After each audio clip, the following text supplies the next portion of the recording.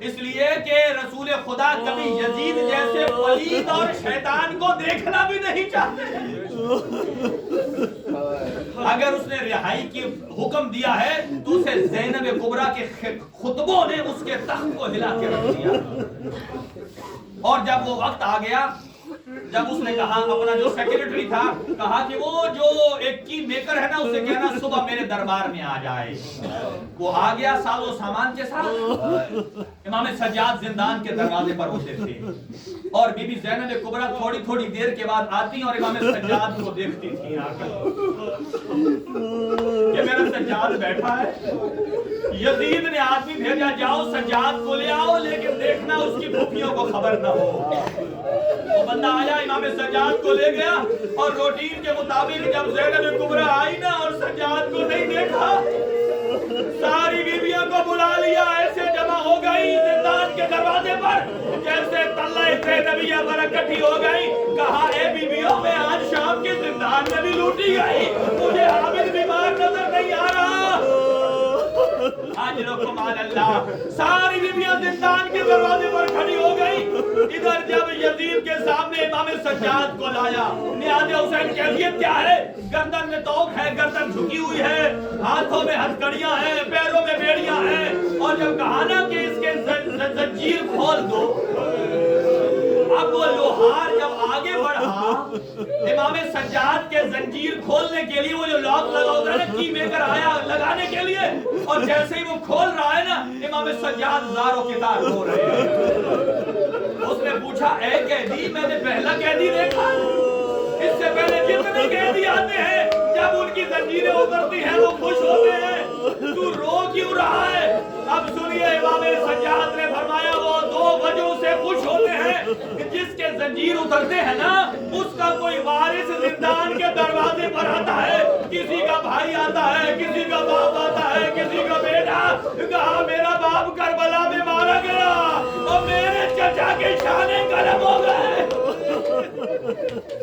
اجرکم علی اللہ. اب جب دوسری مرتبہ اس نے کھولنا چاہا نا, پھر سید سجاد کی چیخ نکل گئی. کہا اے قیدی, اب کیوں رویا ہے؟ کہا اب رو رہا ہوں, میرے زنجیر تو آزاد ہو رہے ہیں, لیکن میری ایک 4 سال کی بہن تھی, اور اسے جب اپنے حصے کا پانی ملتا نا اور میرے زنجیروں پر ڈال کر کہتی سجاد, ارے تیرے ہاتھ کب آزاد ہوں گے, میں تجھے کب مدینہ لے کر جاؤں گی. کہا میرے زنجیر اتر گئے, لیکن میری سکینہ آج بھی زندان میں رسیوں میں. اجرکم علی اللہ. بس 1-2 منزلیں سن لو آگے. جب زنجیر اتر گئے نا, اب 1 سال کے بعد سید سجاد کی کمر سیدھی ہوئی ہے اور چلے بیویوں کی طرف. یزید نے کہا چاہے تو مدینہ چلے جائیں, چاہے تو ادھر ہی رک جائیں. توجہ نیاز حسین. اب امام سجاد جب چلے بیویوں کے پاس, اور ہر بیوی نے سید سجاد کا استقبال کیا, امام سجاد نے فرمایا کہ یہ بات میں پھوپھی اماں سے پوچھ کے بتاؤں گا. یہ ہے عظمت زینب کبریٰ کہ جس سے زمانے کا امام بھی مشورہ کرتا ہے.